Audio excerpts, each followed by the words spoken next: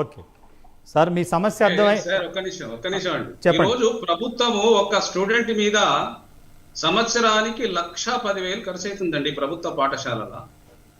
నేనేమంటున్నంటే ఈ విద్యా కమిటీలు కూడా బాగా పనిచేస్తే ప్రభుత్వాల మీద ఇప్పుడు చాలా ఉన్నాయి. అందుకే ఏంటంటే పోషక ఆహారం కోసం ఈరోజు సన్నబియ్యం అందుకే ఇచ్చినాం గవర్నమెంట్ పరంగా. ఎందుకంటే ఈరోజు పేదలు మన దరిద్ర రేఖ కిందికి 30% ఉన్నారు, మిడిల్ క్లాస్ వాళ్ళు 60% ఉన్నారు, ధనికులు 10% ఉన్నారు.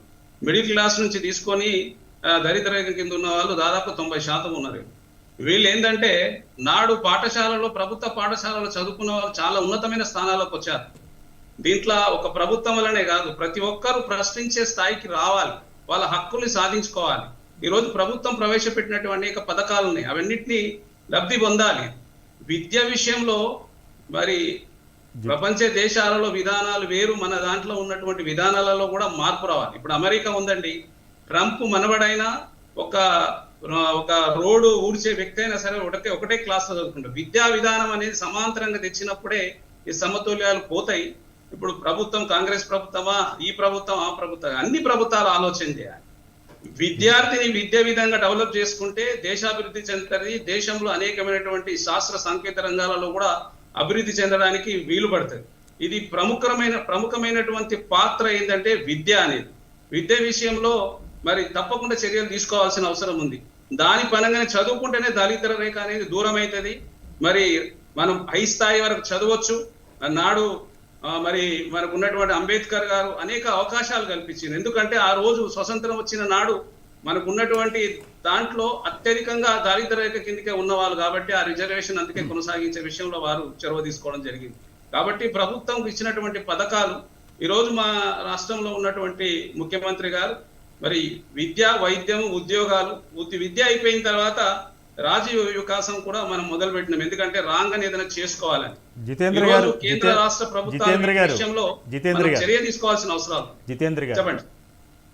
మీరు సంక్షేమ పథకాల గురించి చెప్తున్నారు. గవర్నమెంట్ స్కూల్లో మీరు ఇచ్చే సన్న బియ్యం, భోజనాలు, పుస్తకాల గురించి మాకు సమస్య లేదు.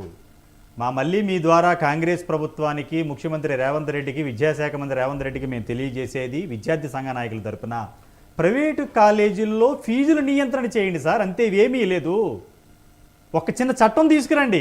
ఢిల్లీలో గుప్తా బీజేపీ సీఎం 1674 స్కూళ్ళల్లో ఫీజు నియంత్రణ తీసుకొచ్చారు. గవర్నమెంట్ ఫీజు ఫిక్స్ చేసింది.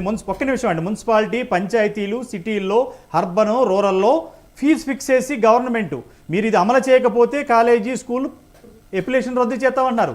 మీరు ఇదంతా చెప్పుకొస్తున్నారు. మా మేము చెప్పేది ఒకటే, మీరు ప్రైవేటు కాలేజీల్లో ఫీజు నియంత్రణ తీసుకొచ్చి వదిలేయండి. సామాన్య మానవుడు మిమ్మల్ని ఒకటి అడుగుతున్నాడు, రేవంత్ రెడ్డి గారిని, ఫీజు ఫిక్స్ చేయండి. ఐఐటి, జేఈ, ఏ కోచింగ్ అయినా ఇప్పుడున్న వనరులను బట్టి, ఇప్పుడున్న ఫెసిలిటీని బట్టి ఫీజు ఫిక్స్ చేయండి. స్కూల్లో కూడా ఫీజు ఫిక్స్ చేయండి.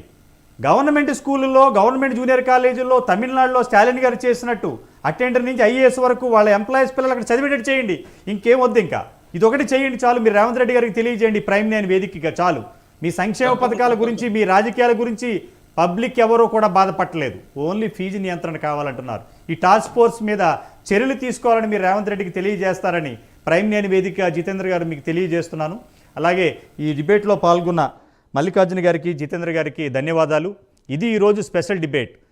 టాస్క్ ఫోర్స్ ఏదైతే ఇంటర్మీడియట్ బోర్డు వేసిందో దాని గురించి ప్రజలు, పబ్లిక్, స్టూడెంట్స్ ప్రైమ్ నైన్ వేదిక అడుగుతున్నారు.